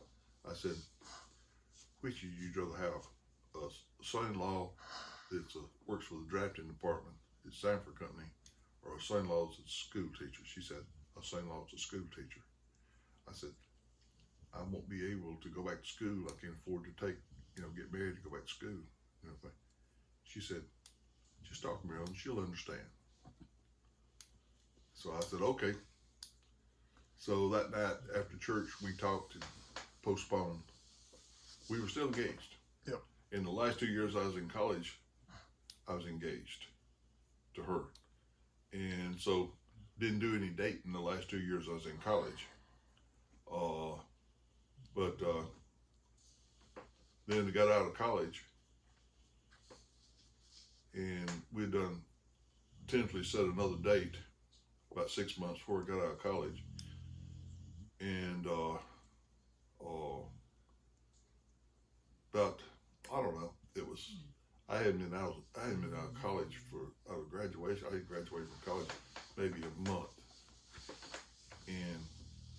But I could tell she was different than after I graduated and everything than it had been. And I didn't know why. But I could tell she was different and everything. And one night or one afternoon, we went to a church thing down in Montgomery. And we had a big bus, like a school bus for the church and everything. We were all riding back on the bus, and Marilyn, she got up, walked up there and talking to some folks up there at the front, some of her friends. And there's a little young kid back there, probably, I don't know how old, probably 7 or 8 years old, 9 years old, something like that. Little fat little feller. And he said, you know, Marilyn come to church with Ricky the other day. And the only Ricky we had up there was Ricky Christian. Mhm. Said, come up to church with Ricky. And he said, after church, they were kissing. Ooh. And I said, Was that her brother? no. This, Okay. this is a little boy. No, this is a little boy with church Okay. up there. All right. Yes. So I didn't know what to do about that. Did he know what he was talking about, or just? I mean, so I decided, well, I'd test her. So after church that night, and everything was like the next Sunday after church, I said, we were sitting there after talking. We went to the pole bar and got a drink or something like that. We parked over there and sitting there talking. And I said, you know, Marilyn, I said, you know, we were apart for a while I was in school and everything, and saw her on weekends and stuff like that. But I said, we kind of apart for a while. I said, what would you say if I just said, you know, if we just broke up and then got back later on and got married and everything? And I was expecting her to say, oh no, please don't do that, and tears and all this kind of stuff. And she said, oh great, I thought that'd be fine. And I said, oh crap, that ain't good. And everything. That's not the answer you're looking for, but No, I wouldn't answer I was wanting. But anyway, ended up, we broke up, and then it was maybe 2 months later, she married Ricky. Yep. And so then I dated a lot after that. When I did most of my dating was after me and her broke up. And all them girls in high school that I wanted to go out with, I was afraid to ask. About half of them were divorced by then. And so I got the chance to go out with all them and a lot of others and everything. And I used the technique. I didn't go out just one. Any and everybody, we'd go out and have a good time. And I like to drink and hit all the beer joints and honky tonks over in Columbus. And they like doing that too. And we'll go over and do all that kind of stuff. And so then went on like that for the longest. I met, first time I met your mother, I was working with the health department then. And I was checking a restaurant in Detroit, Alabama. And Thompson's Cafe. And I just finished up the inspection, and all these women come in and a couple of guys come in from the garment plant was right next door. All these people come in. It was to get their dinner. They'd call in over there early and they'd fix stuff for them, sandwiches and stuff like that, and they'd come over and pick it up and go back to the factory and eat. Well, out of all the ones that was in there, there was one was a tall girl with a bun, and she was blonde headed at that time, wore her hair up in a bun and wearing a real slinky like dress and everything, tight like dress and everything, wearing high heels, and she looked good. She was pretty, real pretty. And I just sat over there and waited. And I waited because I wanted her to come by. I was going to say hi to her, see what she'd talk to me. And she comes by, going out, had her little bag of lunch, and we go out the door. And I said, "Oh, hi there." And she said, "Oh, how are you today?" It's just real friendly. I said, "Oh, okay." So she left on out, all of them did, and I went up there talking to the manager, Miss Exie Thompson, the owner, and I said, "Who was that real pretty girl that was in here?" She said, "Which one?" She said, "There's about 50 pretty girls in here. Which one are you talking about?" And I explained. He said, "Oh," she said, "that's Judy Knight." I said, "Is she married?" She said, "Yep, she's married." I said, "Is she happily married?" She said, "Yeah, she's happily married." I said, "Okay." I said, I didn't know. I said, "I just noticed her." I said, everything. She said, "Carl, you're going to have to leave my help alone." And everything and stuff and everything. She said, "Judy's married." I said, "Okay." Well, about, I don't know, it's a while longer, about a year or more I was at went into Max Mint Mark, which is I bought gas there and everything at Vernon. Yeah, I stopped in there. And Danny Atkins, who owned the place, he was always fixing me up with girls. And he said, "I found the woman for you." I said, "You did?" I said, "Who is she?" He said, "Judy Knight." I said, "No." I said, I didn't date married women. I just wouldn't date married women. And I said, "Well, she's married." He said, "Well, this one's not." He said, "She works out here at Chromalox." I said, "Well, Judy works at Detroit at the garment plant." He said, "No, this works at Chromalox out here at Vernon." He said, "I cash her a check every week for her and everything." And said, "She's a perfect woman." Said, "Every Friday she comes in and cashes her check and pays her bill off and everything." That was the way he started. She was a good person. He always paid him. And so I said, "Well, okay." I said, "Maybe later on and everything." I said, just tell her about me." Okay. Well, about 2 days later, I was going to Millport to do some inspections, and I was driving through about there where right across from where Max Mint Mark is now. The old Max Mint Mark was right across the road like that TJ's gas station. Well, I was going through there, that little strip mall, and here was this woman. She got out of a white car with a red top, everything, older model car, and she was walking in. She going up toward the cable company over there, which was located in there, in that little mall. And I said, "Who in the hell is that?" I said, "She looks good." There's only 3 women I ever turned around, the car around for, and went back to talk to. I didn't know who I were already. And she was the first. No, she wasn't the first, but she was the last. It was the And you first. correct that. No, I mean, that's true, though. And so I turn around and I come back up there and go back in there to the cable company, and the car was gone. I said, "Dadgum, where'd she go to?" And I drove back around a little bit and everything, couldn't find her. So I just went on. I didn't know who that was. And I was going to Columbus I was dating a girl in Columbus.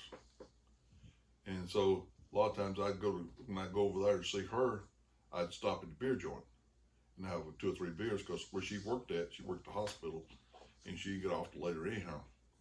Well, I was sitting in there. Matter of fact, I was the only customer in there right then, Joel Palmer's place. And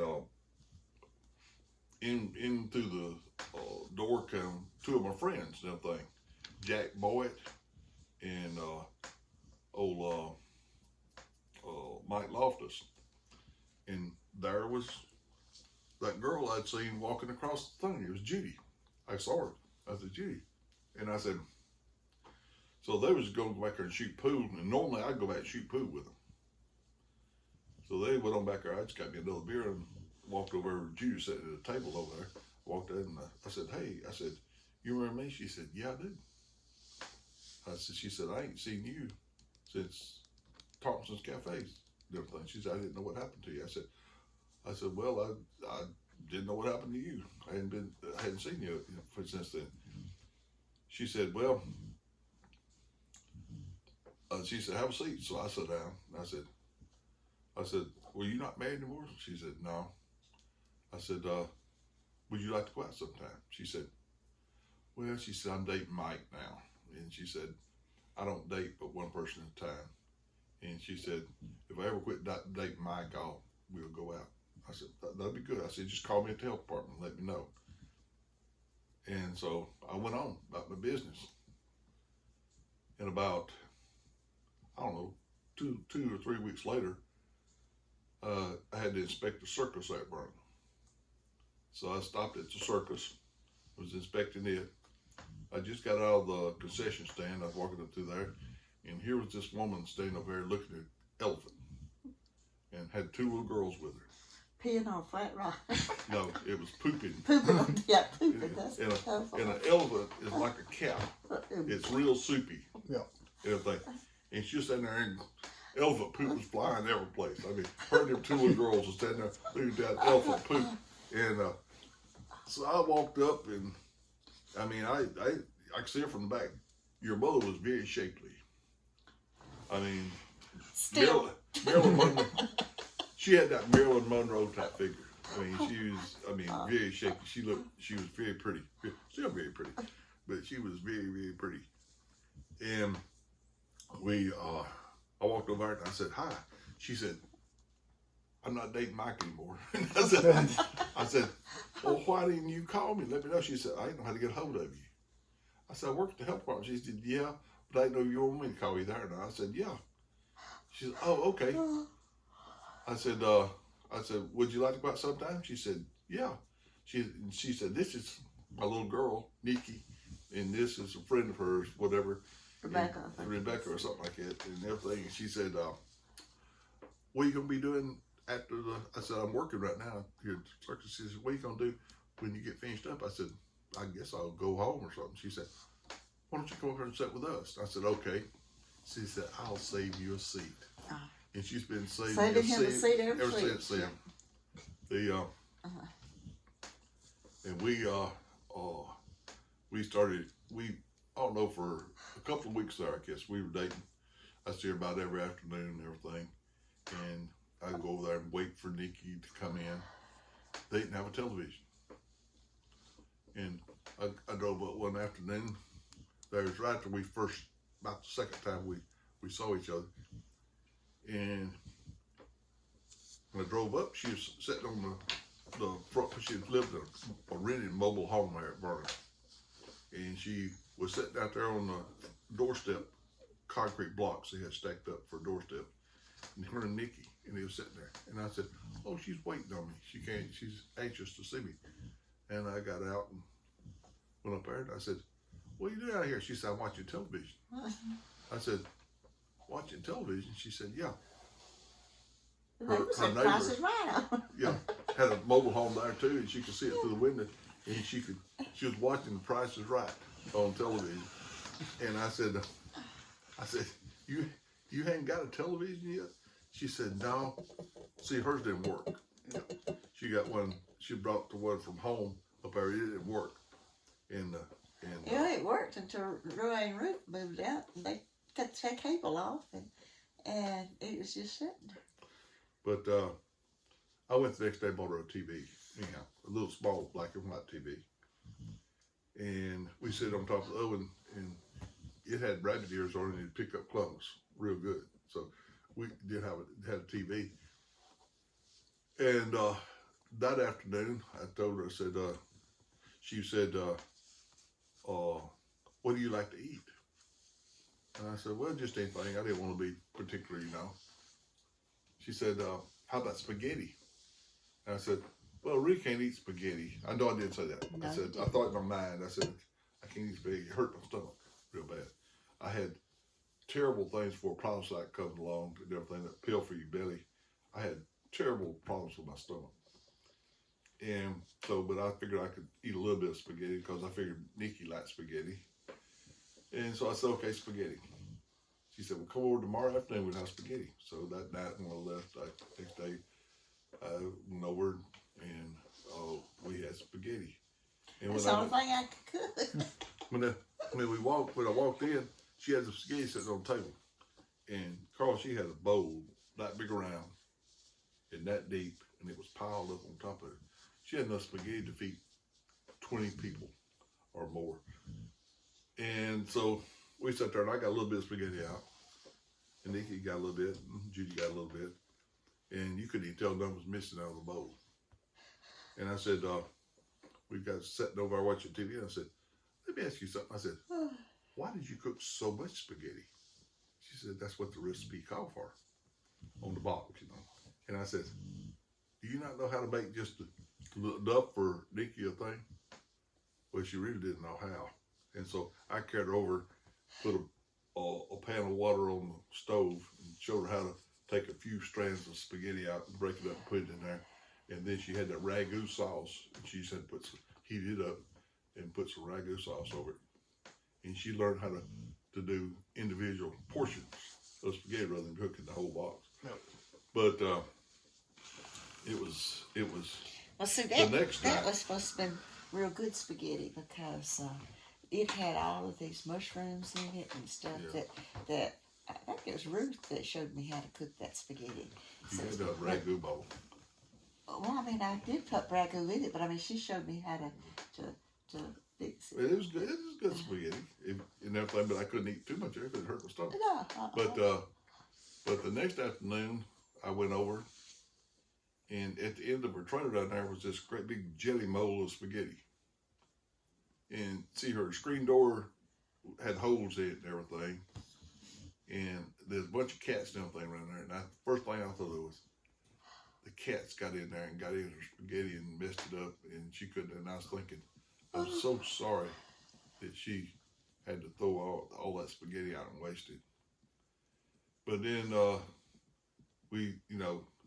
and then that's when she told me that was when she told me that that because of the box and everything, she just made all of it. And I showed her how to do it that night. Yeah.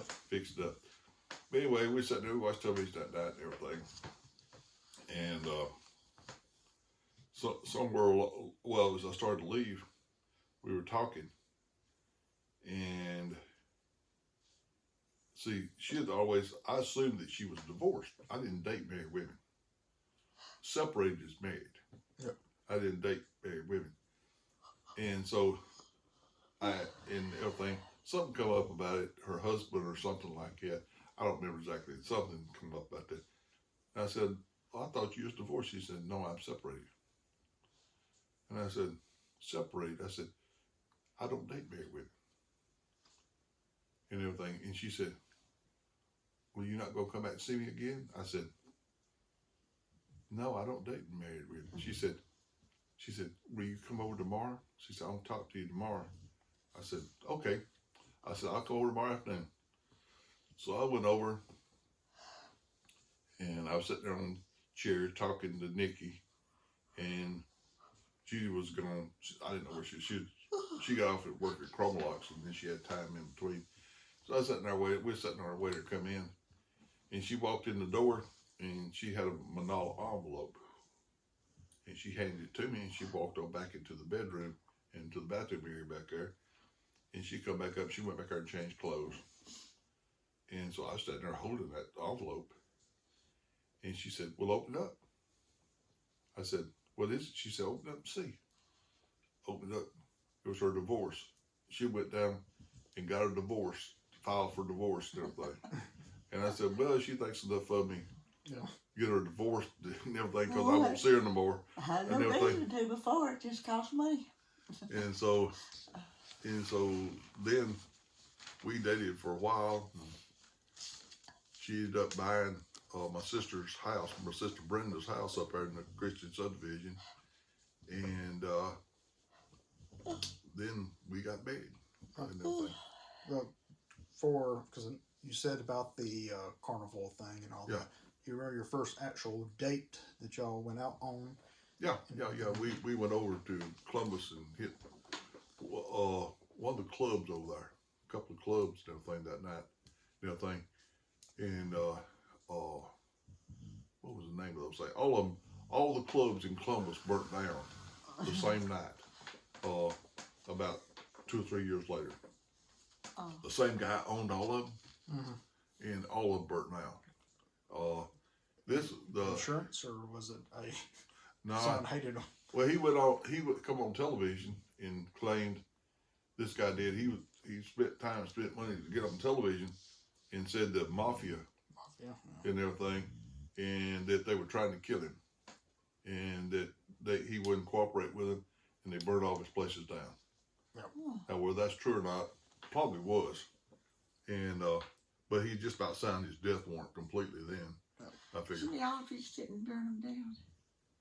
no, Why did I think that? I don't know. Jimmy Aldridge didn't burn nothing down. He was a barber. Oh, is he? Yeah, he was. He's Oh. dead. Oh, Jimmy Aldridge, no, Jimmy Aldridge didn't burn them down. okay, well that's good. Maybe. I don't know who burned them down. So first, first day, I y'all just remember that. went to a lot of clubs and stuff.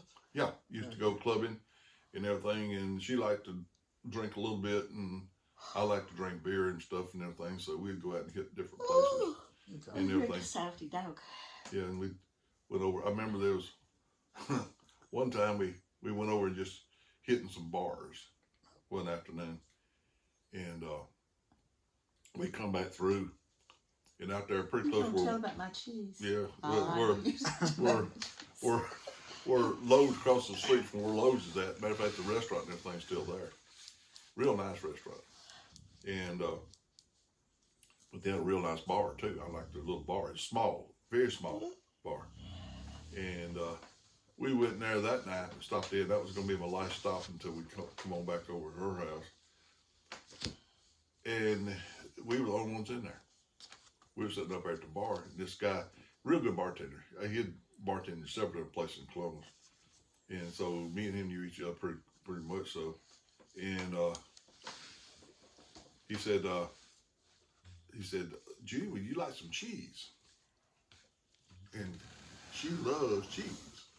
And she said, "Yes, please." He said, "Okay." And he set a big old chunk of cheese up there. It was about just full log of cheese, and not very much being cut off of it.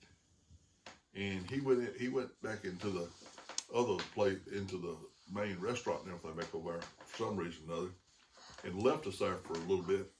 And she done took 2 great big chunks of that cheese off there and done eat it. Well, then he come back and he didn't remove the cheese. Well, she ended up eating about half that whole stick of cheese. It's about that long. She ate about half of that thing. And, I was hungry.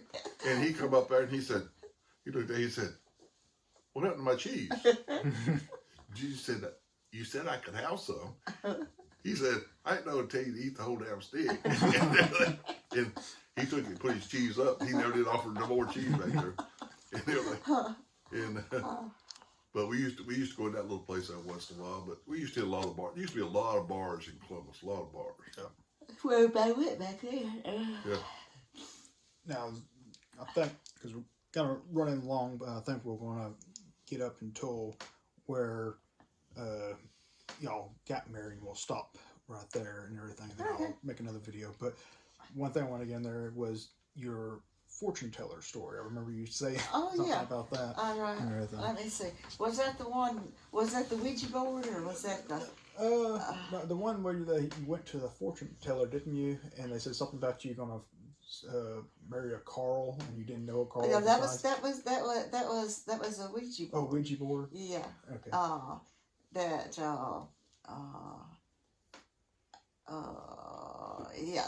That we had at home back when we were still at home, and me and Miriam was playing it. And This was 7 years before. Yeah, like she but was in high school. This is before, yeah. And she was dating Carl Umbers at the time, Well, I didn't know Carl at the time. I didn't know Carl. And the Ouija board, I went to a fortune teller too, but this was it said, I asked, who was I going to marry? And that little Ouija board just took off, and it circled Carl. It made Marilyn mad because she was dating Carl, and here it was. It circled Carl that I was going to marry a Carl, and I didn't even know a Carl.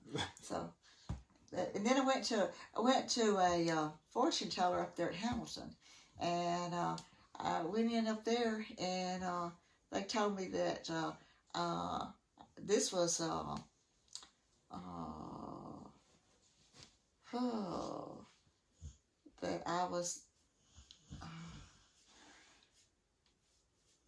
that I was going to have 2 kids, and I only had Nikki. This was after that, and I forgot now what they told me, but anyway, it just seemed to fit right in, because so I kind of believed in fortune tellers, Because I did. I had 2 kids. So then y'all dated for a while. How long did y'all date before finally? About 3 years. Yeah, about 3 years. years before we got married. When was it that you knew that y'all wanted to get married? Like, what was there a specific moment, or? I knew I wanted to get married. Well, see, I always had this bad luck with girls. They were crazy about me to begin with, but then they ended up wanting to get married, and I wasn't ready to get married. We'd end up breaking up.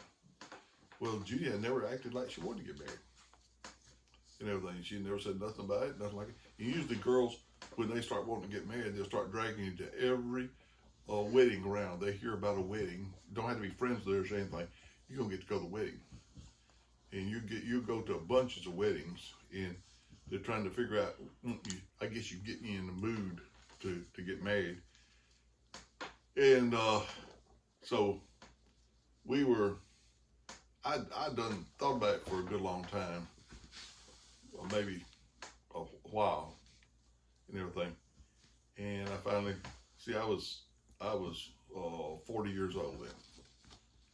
And I said, she and everything, and I hadn't dated anybody but Judy since we've been going together, and I didn't really care about going out with anybody else, and so I just thought about it, and I said, well, I'm going to ask her, but I want it to be the right time. I want it to be kind of romantic or whatever. It wouldn't be the right time. Well, you wouldn't. So I already bought her a ring. I wasn't gonna let her pick out her own ring. So I went and bought her a ring, and I didn't get the biggest ring you could get, but I got one that was nice enough, and everything. And it seemed like she was proud of it. But anyway, I thought about it, and that weekend I had a Shriners thing up at Birmingham. I said, while we were up there at the Shriners thing, I'll ask her to marry me. And every time we get to a place where I was going to ask her to marry me, I had the ring in my pocket and everything. And there'd be somebody come up or something happen and everything.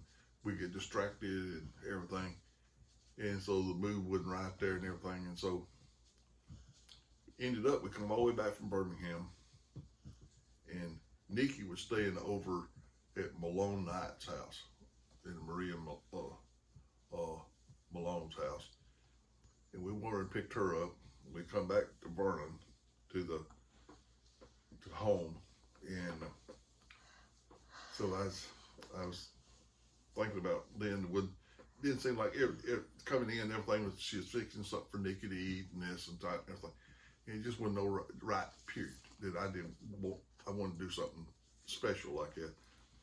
So she went back to the bedroom. So I walked back there, and I reached in my pocket, and I got the ring out, the box out, and I handed it to her. And she goes, oh, she said, is this mine? And I said, yes, it is. And she took off and ran down the hall. The phone was in the living room. Ran down the hall, and the first person she called was her brother in Memphis, Orland, and said, Carl's give me a ring. We're going to get married, and everything. And I had never asked her yet. That's right. You sure was slow about it. and then she called all her sisters and her brother and everybody, other brother, Billy. She called all her family and friends and everything. And finally got off the phone, and I was real mean and everything. And I said, what are you telling nobody we're getting married for? She said, my ring here and everything. I said, oh, I just bought that. I just wanted to see what if you liked it or not and everything. That's what. See what you should have done. And she teared up. She got teared down up on your knees started, and asked me to marry you. Well, I was going to do that. You grabbed the ring and roll. No, you told me. You said, here. And I looked I at didn't. it and I said, is that an engagement ring? And you said, yeah. And that's when I just took it out of my pocket. And then that's what you asked me. But anyway, and she teared up and she was just bawling. Big old water coming out of her eyes and everything. And boo hoo hoo hoo hoo. And she was, oh, here, I've done call all my family. And I said, no, Judy, we're getting married. It's fine. And so we got married. Okay. We'll stop there and we'll start with the actual wedding and everything. the next Yeah, I got thing pictures of around. that. Yeah.